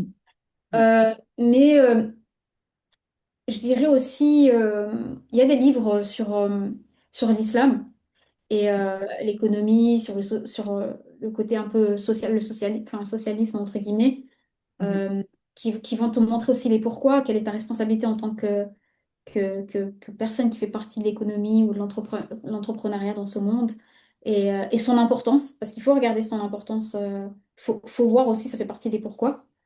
Mhm. Sinon, non, moi, mon film préféré, c'est quand même le film avec Will Smith et Jaden Smith qui est À la recherche du bonheur. Et Oui. tu vois la motivation, tu vois où il commence et c'est une histoire vraie. C'est ça Ouais. qui est incroyable. Magnifique. Ouais, Mhm. regardez ce genre de personnes et tu te dis, mais en fait, peut-être que j'ai pas autant de difficultés que ça. Ouais. Sinon, il y a un livre que j'aime bien d'un entrepreneur congolais, Ricardo Kanyama, je crois, qui Mhm. s'appelle La chèvre de ma mère. Ah, Et qui a commencé avec deux je chèvres connais pas. Mhm. et après qui a monté Qui a son entreprise, prospéré. qui a prospéré. Et ce genre Mhm. d'histoire, je connais énormément, en tout cas dans mon pays, en Afrique Mhm. de l'Est, en Somalie, Kenya, etc. Donc tu te dis, mais en fait, j'ai tout. En fait, j'ai une connexion Internet. Exact. Si tu n'as pas une connexion Internet, parce que je connais pas la situation de tout le monde, il faut vraiment Mhm. prendre ça en compte. Il y a les bibliothèques Ouais, où tu peux travailler, tu peux trouver des solutions, c'est ça. tu peux faire du babysitting et avoir des sous. Je sais, souvent, les gens ils se freinent pour l'argent. Donc, je dirais, c'est peut-être facile, ça va peut-être ça va peut-être, Paraître les gens vont bateau. dire, voilà, ça va peut-être pas résonner, tu vas dire non mais c'est facile de dire ça quand on a un petit peu de sous, etc. et tout. Mais non, en fait, trouve les solutions pour pouvoir commencer avec le moins d'argent possible. Je sais que c'est pas évident pour tout le monde actuellement, mais tu peux commencer avec zéro, tu peux commencer avec 100, tu peux commencer avec 200, mais cherche comment, trouve toutes les solutions pour gratter, on va dire entre guillemets, C'est et de ça. garder tes sous. Et commence petit. Même si tu veux ouvrir un magasin, essaie de trouver une solution pour avoir un pop-up, pour pouvoir tester. Ne te C'est ça. bloque pas. Tes rêves, tu peux y arriver avec du travail, en demandant à Allah subhanahu wa ta'ala, en gardant son pourquoi, en ne lâchant pas, si ça doit prendre. Parce que là, maintenant, tout le monde veut réussir tout de suite. Et c'est ça qui me frustre aussi dans les coachings aujourd'hui, ou en regardant les Oui, vidéos. On a l'impression que c'est en un jour. Moi, tous les entrepreneurs que j'ai connus, ça leur a pris du temps. Donc oui, tu peux arriver à l'objectif que tu veux, si c'est 3 000 euros, 4 000 euros, 5 000 euros, ou si tes objectifs, c'est de voyager ou de revivre dans un pays musulman ou ce que tu veux, tu peux y arriver, mais accepte que ça peut prendre du temps. exactement. Et ne te dis pas, ça va être aujourd'hui, ça va être cette année. Dis-toi, je vais tout faire pour que ce soit le plus rapidement possible. Mais si Allah il a écrit, ça va être dans 6 mois, ça va être dans un an, ça va être dans 2 ans, ça va être dans 3 ans que je vais atteindre l'objectif que je veux. Et parce que quand tu te fixes sur le temps, tu vas te démotiver. Donc, travaille juste sur toi. Et Mm. les, comment on dit, les résultats, ils viennent d'Allah. C'est pas toi qui décides. Totalement. Pourquoi tu es frustré? Est-ce que tu peux Oui, obliger Allah? Tu peux pas obliger Allah. Allah, il a écrit au moment où tu l'auras. Donc toi, tu te dis non. Allah, il m'a donné des capacités. Il m'a donné, alhamdulillah, pour ceux qui ont la santé, la santé. Ceux qui ont un peu moins de santé, il leur a donné un cerveau. Ceux qui n'ont pas de cerveau, t'as toujours quelque chose. Celui qui n'a pas de cerveau, qui a des difficultés à réfléchir, et il a de l'argent. Tout le monde a Mm. quelque chose. Donc sers-toi de ce que tu as, si c'est ton argent, si c'est ton temps, si c'est ta santé, pour pouvoir atteindre tes rêves, tes objectifs que tu veux. Donc voilà. C'est exactement ça. Subhanallah, ma sœur, elle me parlait d'une femme qui a pas de bras. Alors, il me semble que c'est une influenceuse, je crois, elle a pas de bras et elle fait tout avec ses pieds. Ah, non, là. et subhanallah, là, elle est enceinte. Donc là, elle s'est mariée il n'y a pas très longtemps et elle est enceinte. Et en fait, subhanallah, ma soeur me parlait d'elle et elle me disait, en fait, c'est une, c'est une, en fait, c'est une force. En fait, quand tu vois ce genre de personne, tu te dis, en fait, mais j'ai zéro excuse pour ne pas faire, en fait, le minimum d'ambition que moi j'ai. Parce que, on va pas se mentir, tout le monde a de l'ambition. Tout Mm. le monde a de l'ambition. Le truc, c'est que la majorité des gens étouffent cette ambition. Mais tout le monde en a. Tout le monde a des rêves, tout le monde a envie de, ouais, moi je veux ça, moi je veux ci, moi je veux ça, moi j'aimerais ci, j'aimerais ça. Mais concrètement, il y a trop peu de personnes qui sont prêtes à mettre en place les choses pour pouvoir le faire. Et justement, bah, en parlant des livres, justement, moi, celui qui m'a vraiment marqué, et je crois qu'il a marqué un tournant justement dans ma façon de penser et dans mon rapport à l'argent et à tout le reste, c'est Jouis de ta vie de Cheikh Al-Arifi. Ok. Et où vraiment, en fait, le livre, donc c'est à la base, moi, c'était vraiment le côté, tu sais, euh, positivité, etc. Parce que c'est vraiment un livre de développement personnel à part entière.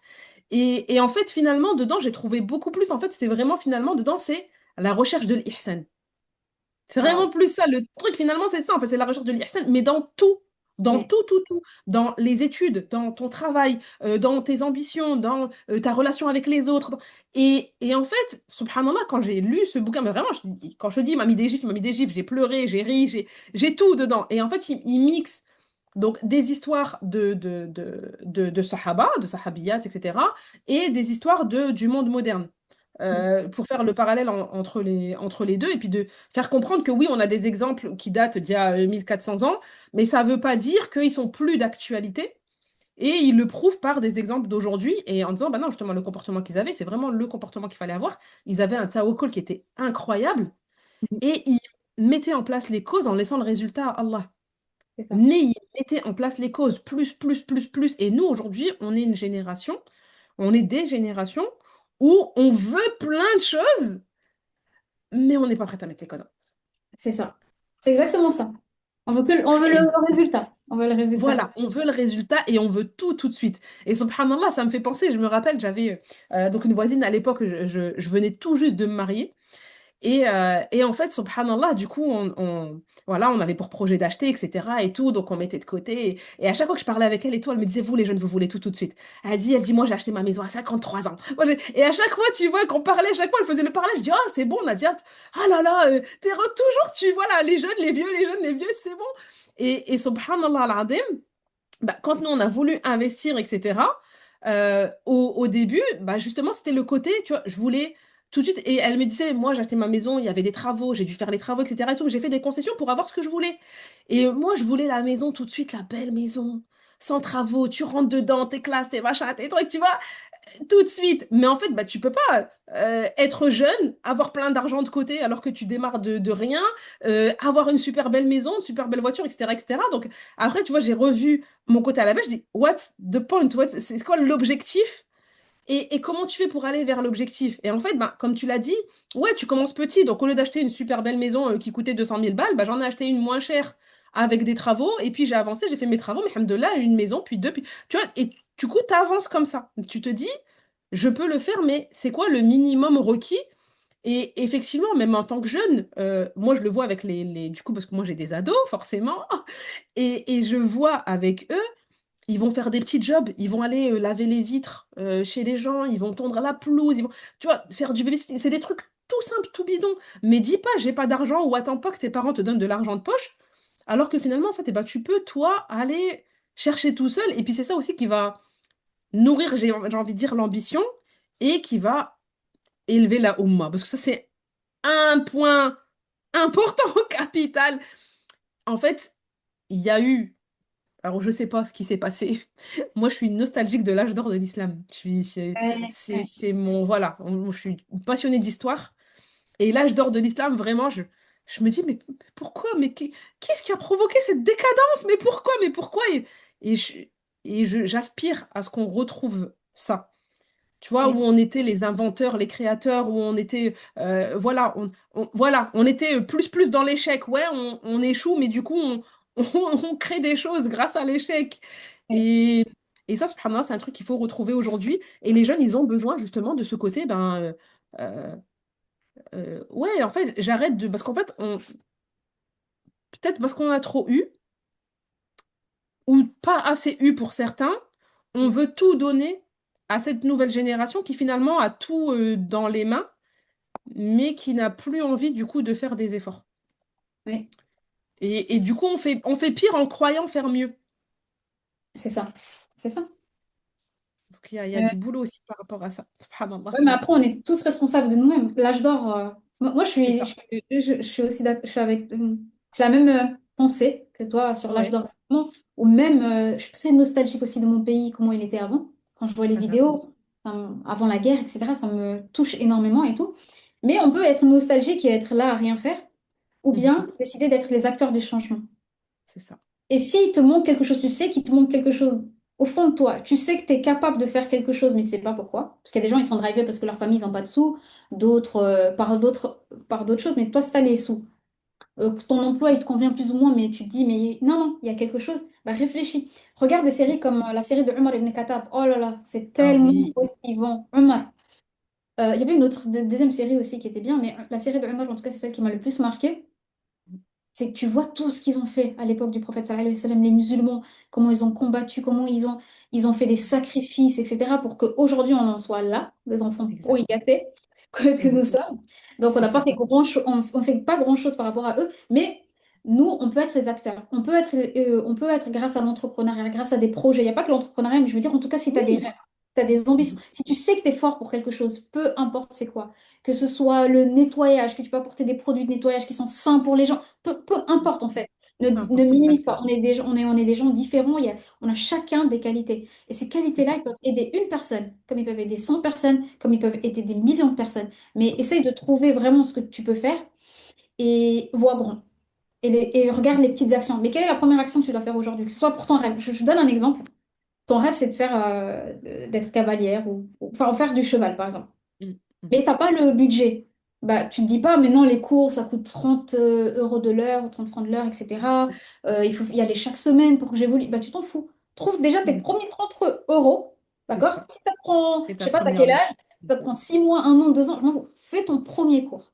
Et Mhm. après, quand tu vas aller à ton premier cours, tu vas te rendre compte qu'en fait, tu as besoin des bottes. Ah bah, tu vas économiser pour la prochaine fois, avoir les cours, les bottes, etc. Et c'est là que tu vas te rapprocher de ton rêve. Et ça va te donner encore cette niaque, cette envie d'en faire plus pour Allez pouvoir chercher. atteindre ton objectif.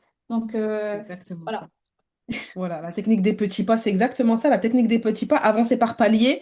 Et subhanallah, en fait, ne pas se comparer aux autres ou ne pas se dire, voilà, tu vois, parce que souvent on se compare aux autres. On voit, lui, il a ça, il a ça, il a ça. Mais se dire, bah, je me compare à moi, en fait. Où est-ce que j'étais et bah, l'évolution que j'ai, en fait, comment j'avance.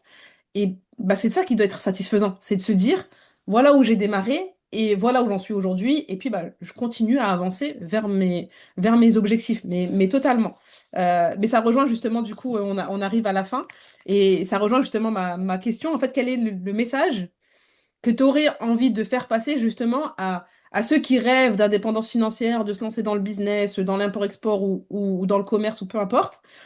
Euh, quel est le message, j'ai envie de dire, que tu as envie de leur faire passer pour te dire quel est voilà, leur donner le déclic. Alors, le déclic, c'est part de tes frustrations, Ok. ce que tu as envie d'améliorer dans ta vie et pas changer, Mhm. améliorer. Et pour l'instant, si tu n'as pas un réseau, ton réseau, c'est les réseaux sociaux. Regarde des gens qui pourraient être des exemples pour toi. D'accord? Et pas des exemples que dans cette dunya que tu dis, bon, ces personnes-là, ils me rapprochent aussi de l'au-delà. C'est des entrepreneurs, mais ils me rapprochent de l'au-delà. Par contre, si tu regardes des gens ok, t'aimes bien leur train de vie, mais ils vendent des formations OFM, bah non, Mhm. ne Mhm. regarde pas ce genre de contenu. Ne C'est regarde pas. ça. Parce que même si tu dis ça m'impacte pas, mais la lambeau et tout ça, ça me motive. Non, non, parce au fur et à mesure que tu vas écouter ces discours, ça va rentrer dans ton cœur. Je parle beaucoup à Exact. la jeunesse parce que ça me touche énormément pour les nouvelles générations, les adolescents que je vois. Donc vraiment, Ouais. regarde des gens pour qui que tu te dirais, bah voilà, c'est des exemples dans ma vie, je vois certaines qualités chez les gens que, bi'idhnillah el-karim, je pourrais avoir et ça me rapproche d'Allah et ça me rapproche de mes objectifs. Donc voilà. Top. Top. Totalement d'accord avec toi, machallah. Et vraiment, élevez-vous. j'ai envie de dire, élevez-vous. On a trop été, euh, justement, peut-être aussi dû à nos origines, au fait que voilà, il fallait faire profil bas, etc., etc. Euh, on a soit ce côté où on rase les murs, soit ce côté rebelle où on revendique des choses, mais pas de la bonne manière. Oui, Et effectivement, en fait, bah, il faut qu'on s'élève et qu'on se construise. exactement. C'est vraiment ça. So, barakallahu fik, vraiment top le message. Et puis, tu as tout à fait raison. La jeunesse, vraiment, à mon sens, moi, je passe par les femmes parce que les femmes sont les éducatrices des générations futures. Et si elles reprennent leur rôle, leur place, leur climat et qu'elles dévoilent de nouveau leurs ambitions, bah, forcément, ça impacte leurs enfants et donc les générations futures. Mais t'as tout résumé, le travail, il est à faire sur les générations futures. D'une manière ou d'une autre, le travail, il est à faire sur ces générations-là euh, oui, pour qu'elles comprennent tout simplement, en fait, pourquoi on est sur Terre et que, ben, tout le monde peut faire de grandes choses et on est tous des califs sur Terre. On est tous des califs sur Terre. Donc, on a tous, subhanallah, des compétences, des facilités, etc., qui peuvent nous ouvrir plein de portes. C'est pas une seule porte, c'est plein de portes. Donc, à chacun de choisir la porte qui lui convient. Et une fois de plus, même si elle aboutit pas, ben, il y a d'autres portes. Il faut continuer d'ouvrir les portes jusqu'à trouver la bonne. Mais le fait surtout de se dire, en fait, ben, Allah, il m'a donné des compétences, il m'a donné des capacités. Et je dois, à mon échelle, poser ma pierre, qu'elle soit grosse ou petite. Et donc, bah, qu'est-ce que je fais pour la poser? Ouais, c'est ça, exactement. Barakallahu fik. C'était vraiment super, super, super. Je suis ravie d'avoir eu cet échange avec toi. Et je pense qu'il va beaucoup apporter. Parce que vraiment, euh, c'est des sujets dont on parle pas suffisamment et où il y a énormément de personnes qui ont envie, hein. Moi, c'est parce que je le vois et ça me frustre, en fait, de voir plein de femmes, plein de personnes qui ont envie. Et typiquement, tout à l'heure, tu parlais du fait d'accompagner, en fait, sans même t'en rendre compte à tes débuts, subhanallah. C'est exactement ce qui m'est arrivé. Et en fait, donc moi, à cette époque-là, tu vois, donc j'avais mon business, ensuite je me suis lancée en tant que freelance, donc j'avais lancé une deuxième activité. Et en fait, il y avait énormément de personnes à qui je conseillais, en fait, c'est des femmes qui me disaient, oui, mais moi j'ai besoin de travailler parce que voilà, financièrement, ça va pas trop, etc. et tout, mais avec le hijab, je peux pas, etc. et tout. Et je leur disais, mais crée ton propre emploi, en fait, mais je comprends pas pourquoi t'attends ou que tu veux mendier un travail quelque part. En fait, crée-le tout simplement. Tu as des compétences, tu as des facilités, il y a des choses que tu aimes. À partir de ce que tu aimes, à partir des frustrations que tu as pu avoir, de la solution que tu as pu trouver, fais quelque chose. Et en général, c'était ouais, mais non, mais c'est trop compliqué. Non, mais je peux pas. Non, mais j'ai pas le temps. Non, mais tu sais, les excuses tout de suite, bah, dues forcément à la peur de l'échec principalement. Et où je me dis, c'est tellement triste en fait, parce que des fois, je voyais des potentiels de dingue chez des personnes. Bon, après, alhamdoulilah, il y en a qui se sont lancés et d'autres pas. Et où je me disais, en fait, c'est entre guillemets du gâchis. Et en fait, on va se faire questionner sur tout, en fait. Et ça, c'est un truc qui devrait nous faire flipper. Et il y a un livre, justement, que je suis en train de finir sur le jour du jugement, et de Omar Suleiman. Et subhanallah, euh, et ben, il y a des choses où tu te dis, mais en fait, ouais, en fait, même sur ça, on va se faire questionner, même sur ça, on va se faire questionner, même sur ça, on va se faire questionner. Mais qu'est-ce que je fais? Lire, s'instruire, c'est quelque chose qu'on a beaucoup perdu dans la communauté. Il y a une époque où je comprenais parfaitement. Moi, j'ai toujours adoré lire, mais à l'époque, tous les livres étaient en arabe. Tu Ok. pouvais pas lire parce qu'il y avait énormément de livres, mais ils n'étaient pas traduits. Ou alors ils étaient mal traduits. Et aujourd'hui, on a des livres de dev perso, on a des romans, on a des livres spirituels à 200%. On a tout et sur tous les sujets. Ouais. Donc, lire, celles qui n'aiment pas lire ou ceux qui n'aiment pas lire, alhamdoulilah, il y a des podcasts. On n'a pas cité, je t'ai pas demandé, j'avais la question de les podcasts qui t'inspirent ou les contes qui t'inspirent aujourd'hui. Tu me diras après, comme ça te laisse le temps de réfléchir. Et aujourd'hui, même pour ceux qui n'aiment pas lire, même si pour moi, le savoir, il est dans les livres, c'est important pour moi de lire, même si tu lis doucement et que tu lis 3 livres par an, mais 3 livres par an, c'est mieux que zéro. Mais aujourd'hui, il y a aussi des podcasts, il y a des chaînes YouTube, alhamdoulilah, il y a tout en français, en anglais, en toutes les langues que tu veux, en arabe. Et s'instruire, c'est quelque chose qui se fait jusqu'à ta mort. Tu t'arrêtes pas d'apprendre. Ouais. Et ça, c'est capital. Et on a souvent tendance à se dire, bah, j'ai fini l'école, j'arrête, c'est tout. Ou alors je vais continuer, mais je vais faire que des cours de Coran, que des cours de spiritualité. Alors c'est bien, attention, hein, je dis pas que c'est pas bien, mais il n'y a pas que ça. Et en fait, le premier verset, il faut se rappeler que le premier verset qu'Allah il a révélé, c'est Iqra. Et c'est pas pour rien. Ouais, exactement. Alors du coup, est-ce que tu des podcasts, des contes que tu regardes et qui t'inspirent plus, plus, plus? Alors, je suis très fan des podcasts. J'en écoute un peu moins qu'avant, parce que ça a pris de la place au lieu des livres. Donc maintenant, Oui. j'essaie de relire des livres. Mais les podcasts, j'ai pas des titres, mais beaucoup de podcasts des UK, des Ah, ok. entrepreneurs d'Angleterre, etc. Ouais, machallah. Où il y a beaucoup d'entrepreneurs d'origine pakistanaise, d'origine somalienne, etc. Et puis Ouais. tu vois que c'est un autre game. Hyper C'est un inspirant. autre game et tu vois la place qu'a l'entrepreneuriat et la religion. Donc, c'est un peu plus de regarder dans le côté anglophone si vous parlez anglais. Et maintenant, c'est traduit, je crois, sur YouTube. Maintenant, tu Les peux voix traduire automatiquement exactement, sortent. mais effectivement, ouais, complètement d'accord avec toi, UK, Canada, États-Unis, tu as vraiment des pépites, mais vraiment des pépites. Et c'est vrai qu'aujourd'hui, on n'a pas d'excuse, une fois de plus, parce que tu peux tout traduire. Alors sur YouTube, ça se fait automatiquement. Sur les podcasts, je pense que c'est pas encore le cas, mais il me semble que tu peux avoir la transcription en français. Et voilà, et à défaut, ben, il y a toujours ça. Après, voilà, ben, il y a aussi les livres audio, enfin bref, il y a plein de choses, mais effectivement, oui, pour moi, c'est hyper inspirant, effectivement, de voir du côté anglophone ce qui se passe. C'est ça. On a énormément de connaissances. On n'a jamais eu autant de connaissances qui étaient aussi accessibles qu'aujourd'hui. Donc, zéro excuse, mes frères et sœurs. Tu veux des livres, tu veux des audios, tu veux des vidéos, tu as assez de choses pour te cultiver, pour apprendre des choses et pouvoir te développer. Euh, et comme on dit, on a un seul objectif important, objectif Jannah. Et j'espère que pour ceux qui écoutent, on se retrouvera là-bas, si on ne se rencontre pas sur cette terre, Inch'Allah. Inch'Allah. Barakallahu fik. Ce sera le mot de la fin parce que c'est magnifique pour clôturer. Allah yajazik. Et là, bah, je mettrai de toute façon en dessous de la vidéo, Inch'Allah, les liens pour te retrouver, bi'idnillah. Inch'Allah. Barakallahu fik. Wa fik et barakallah. Merci d'avoir répondu présente à l'invitation. Et salam alaikum. Wa alaykoum salam.